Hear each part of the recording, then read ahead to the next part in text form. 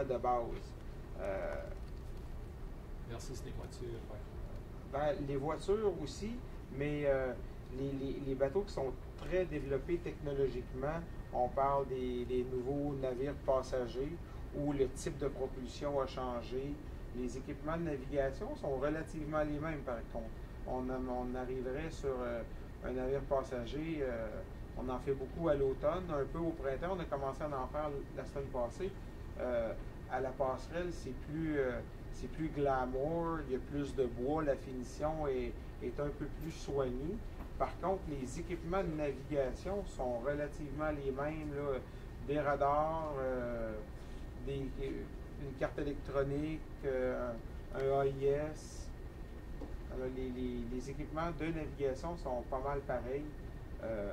Comme je dis, la finition va être un peu plus soignée, mais pour des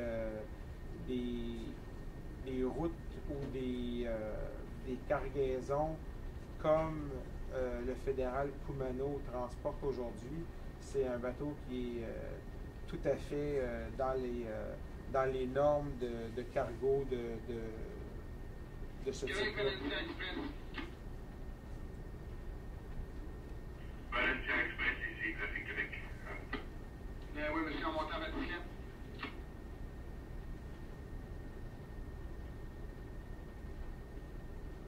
Seguir au sol, il y a un descendant qui arrive à Vatican. La drague est en opération à la hauteur de la Charlie 33, passage au nord. Merci.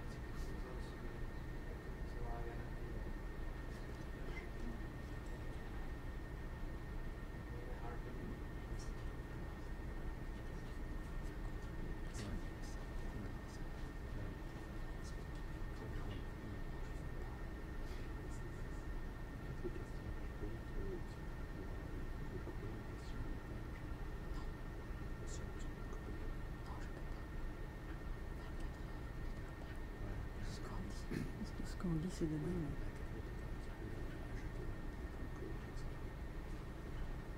Dépendant du moment, mais c'est pas grave, je fais juste parler de traduire les questions. Comprends? Je fais juste du montage son, je veux dire. Coupe un peu de son. Ouais. C'est possible. Mais je veux me limiter au montage parce que j'ai pas le temps de monter 24 heures, tu comprends? Qu'est-ce qu'ils vont faire si on prend des questions?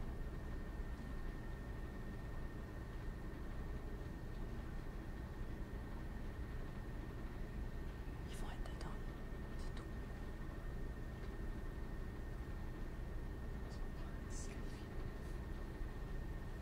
Non, non.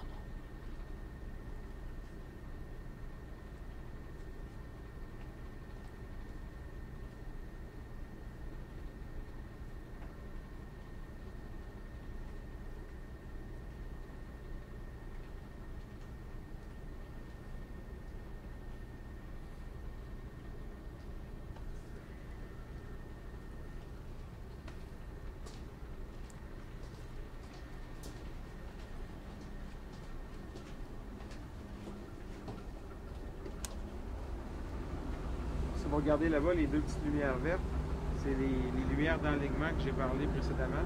Alors la lumière supérieure est à la gauche de la lumière inférieure. Ça veut dire qu'on se trouve ce côté-là du chenal.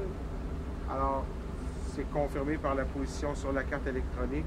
On est un peu au sud du centre-ville.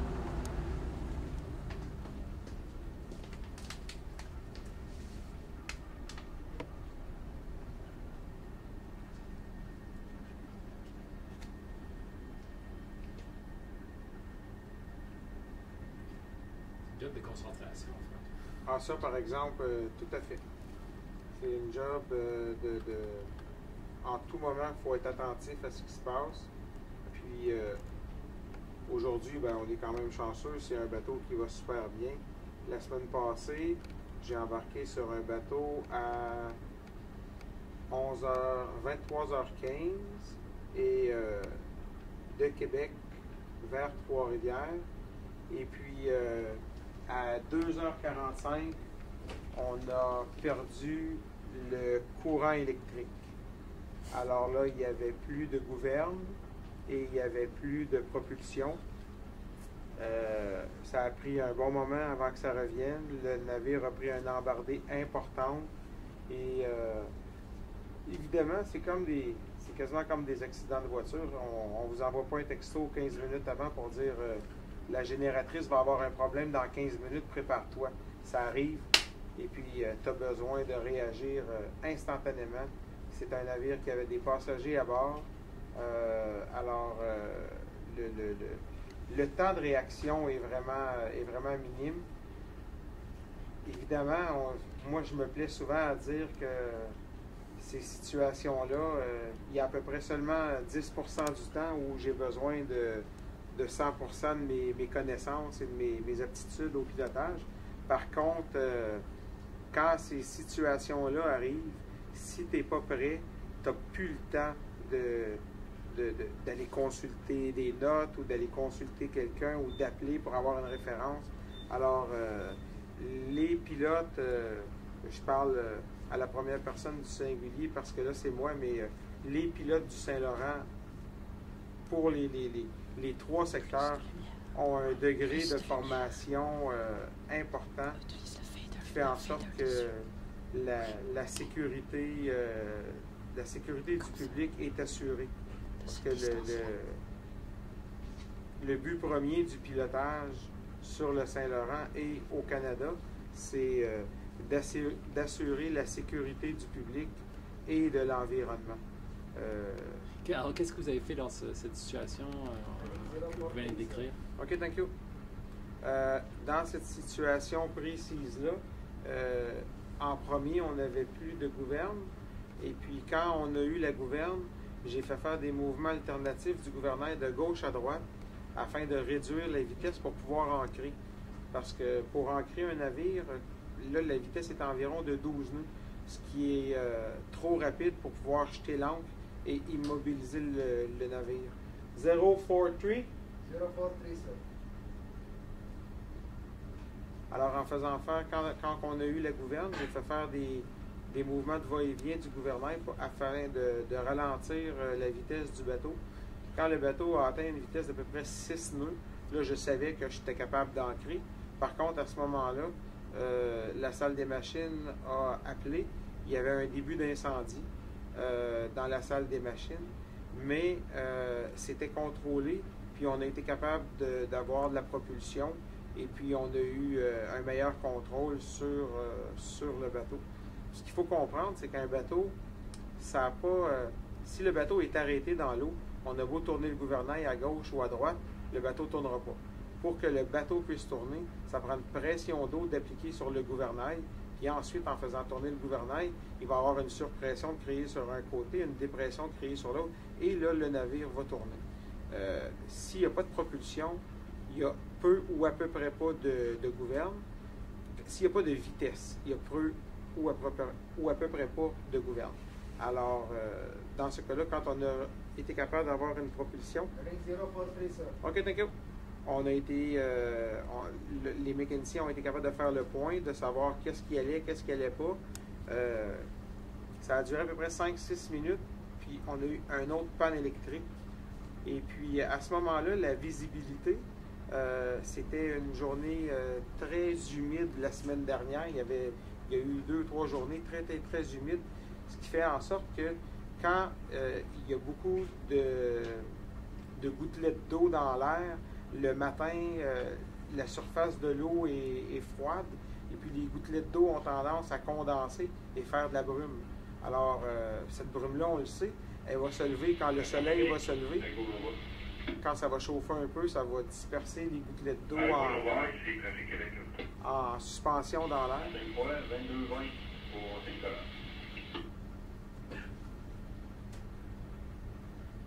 C'est bien sûr, il n'y a aucun trafic à signaler, monsieur.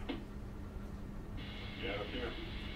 Alors, j'ai pris la décision de procéder pour l'ancrage la plus proche et puis d'attendre au lendemain matin, ce qui s'est avéré une excellente décision.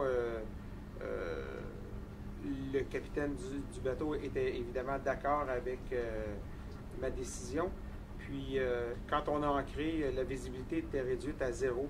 On ne voyait même pas 25 mètres en avant. Alors, pas en avant du bateau, là, en avant de la vitre. Alors, on a entendu que le soleil chauffe bien l'atmosphère, puis vers 9 heures, on a relevé l'ancre, puis on a procédé en montant. On a eu une excellente visibilité et on n'a pas eu d'autres soucis mécaniques. Alors, faut être prêt, faut toujours être prêt au pire, même si le pire arrive rarement. C'est-à-dire que vous naviguez sans instrument toujours, juste à l'œil? Ben, présentement, là, on a des très bonnes marques visuelles ici. Si vous regardez, il y a une petite lumière verte là, dans les branches. Elle va sortir. Là. On la voit passer à gauche. Elle sort là, là. Alors, quand cette petite lumière verte-là vient 12 degrés et demi en avant du travers, on tourne. Et puis, ça, c'est une des marques pour tourner 55. Alors là, ça arrive. 055. 055, Je les envoie un petit peu plus tôt parce que le timonier est un peu lent à répondre.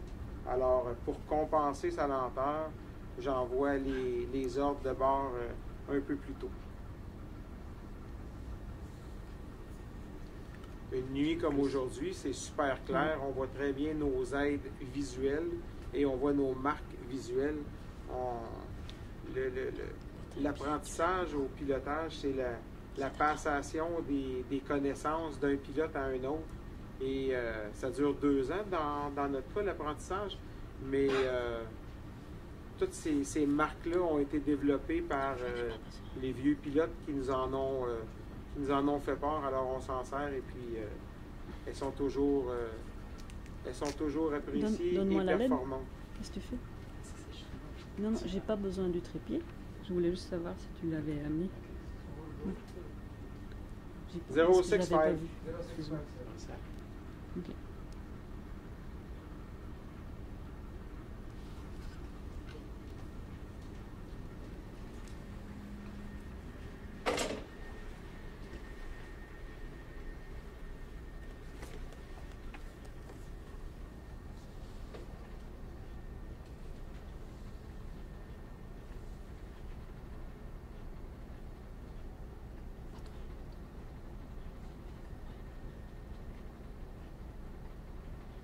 Il faut essayer de la tenir au minimum hein, parce que c'est ultra dérangeant.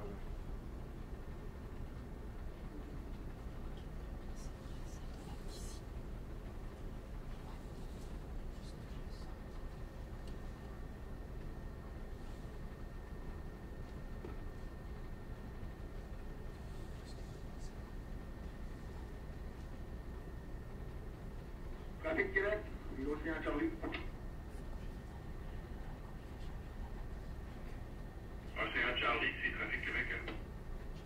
Oui, bonsoir. On va quitter la section 15 là, pour assister le Vectis des Eagles. 065, ça.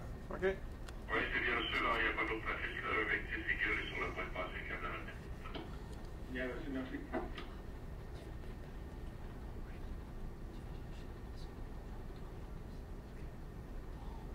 Zero 075. 075, ça. Québec, fédéral Nakagawa.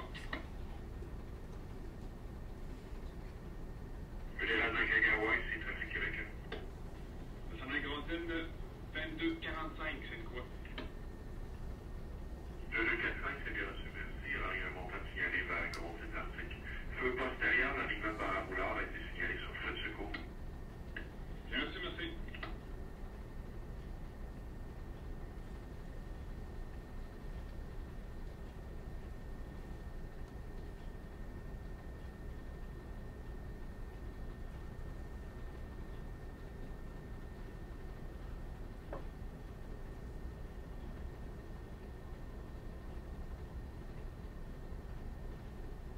Heading 075, sir. Very good.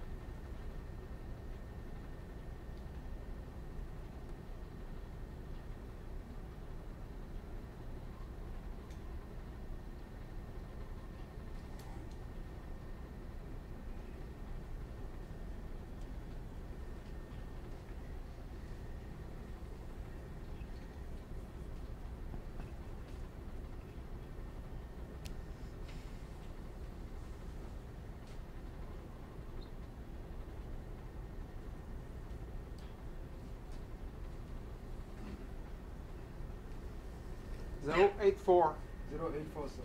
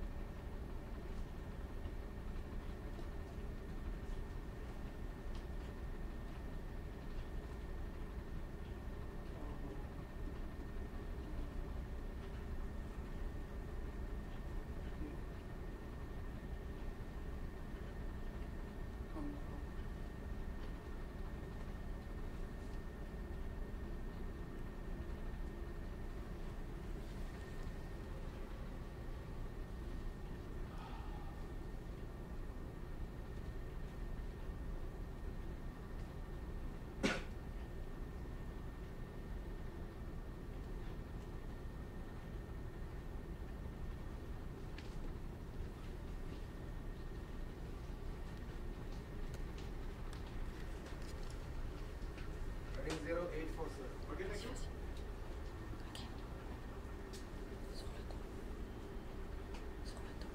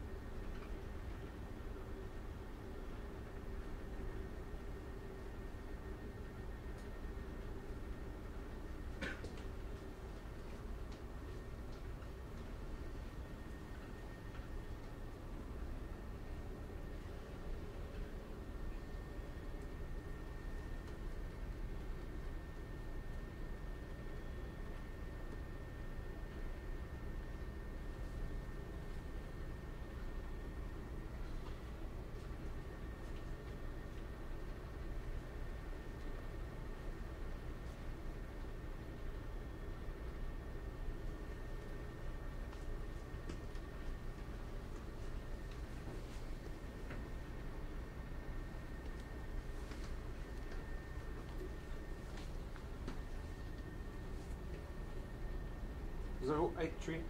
083, sir.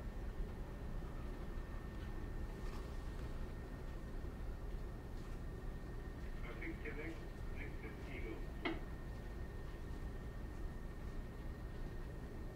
Vectis Seagull, ici Trafic Québec. Heading 083, sir. Je suis en montant au Capitaine Adresse.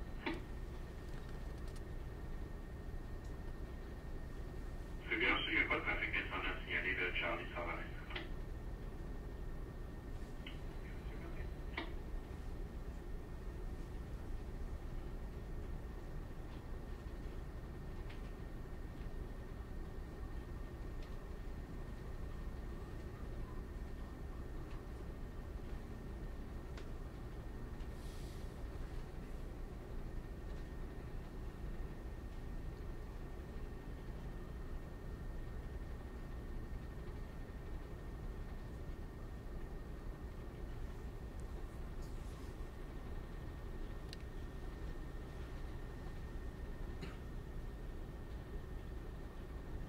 Là, il y a un porte-conteneur qui s'en vient.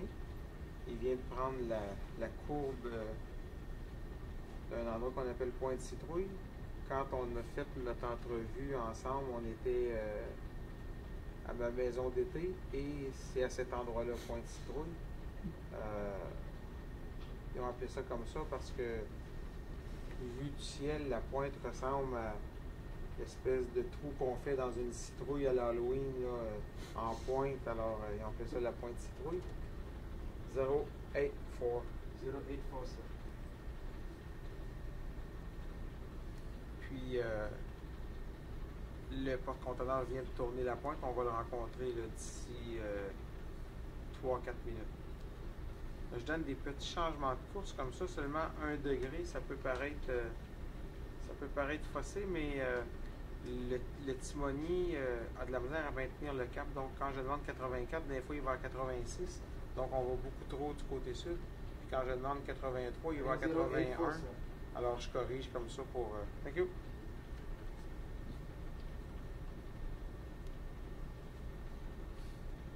C'est plus facile aux pilotes à s'adapter au timonier que de demander au timonier de changer, de tourner plus vite ou d'être meilleur. Les timoniers deviennent bons avec l'expérience et l'âge que semble avoir ce timonier-là fait en sorte que c'est facilement compréhensible qu'il ne soit pas capable de maintenir le cap exact qu'on lui demande.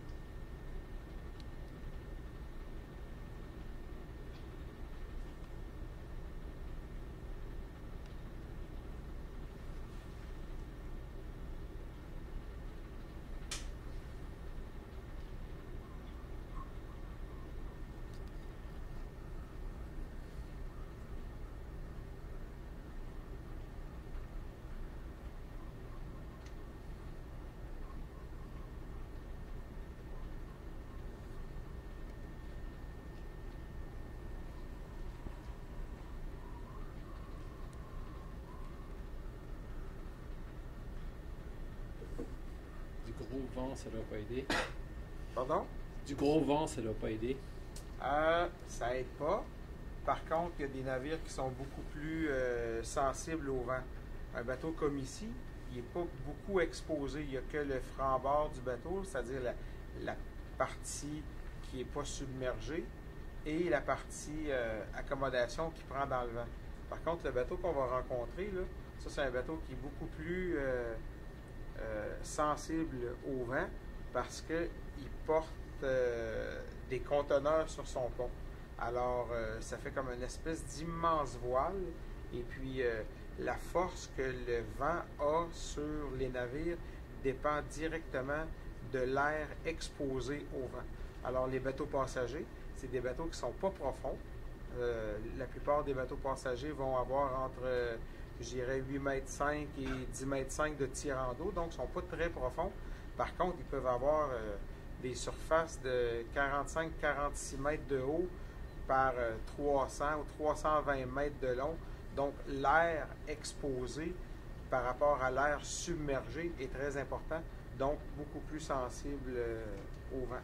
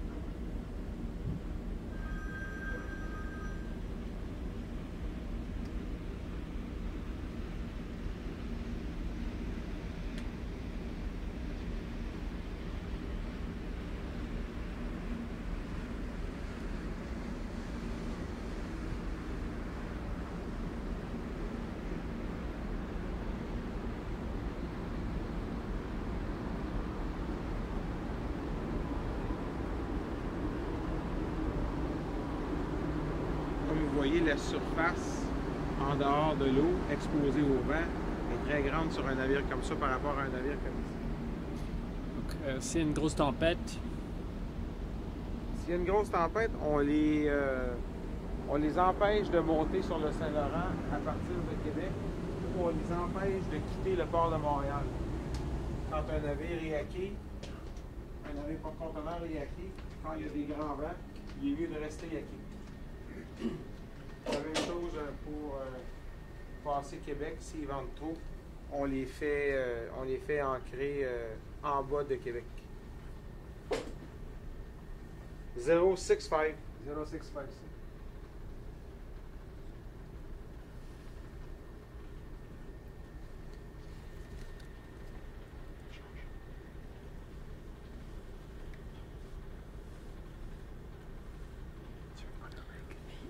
Mais c'est ça. Bon, donne-moi la lumière. Prépare ta caméra. Est-ce que tu es sûr que tes ISO et tout est bonne parce que tu vas pas avoir de lumière? je me mets à 3200. Mais essaye. Fais un test avant. Prépare-toi. Mets-toi 1.7. 3200. Filme-moi.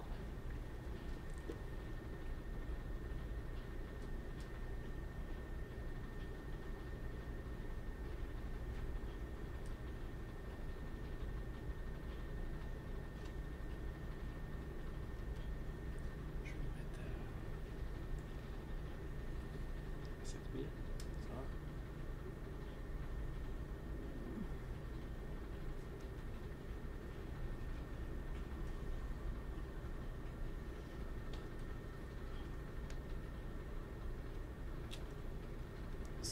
C'est 045.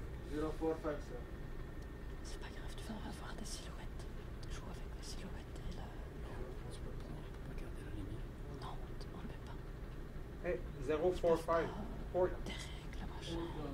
La nuit, ils doivent éteindre la lumière. Malheureusement.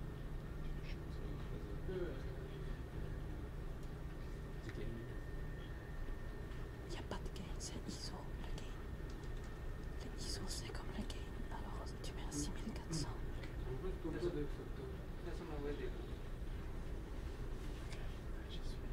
Ok, et tu te mets 1.7 diaph, complètement ouvert. On reste à 7600. Oui, bah. Oui.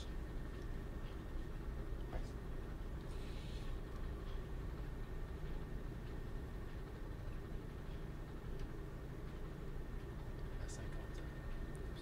50 Charles Speed. Oui, toujours. Tu vois quelque chose? Avec le mien, oui. Mais en dessous, sûrement. Oui, un petit peu. Tu vas filmer le capitaine. Tu vas essayer de filmer des silhouettes. Ok? Non. Mais tu vas utiliser le ciel pour filmer aussi lui. Tu vas un peu en arrière de lui. Tu fais des trucs un peu plus poétiques.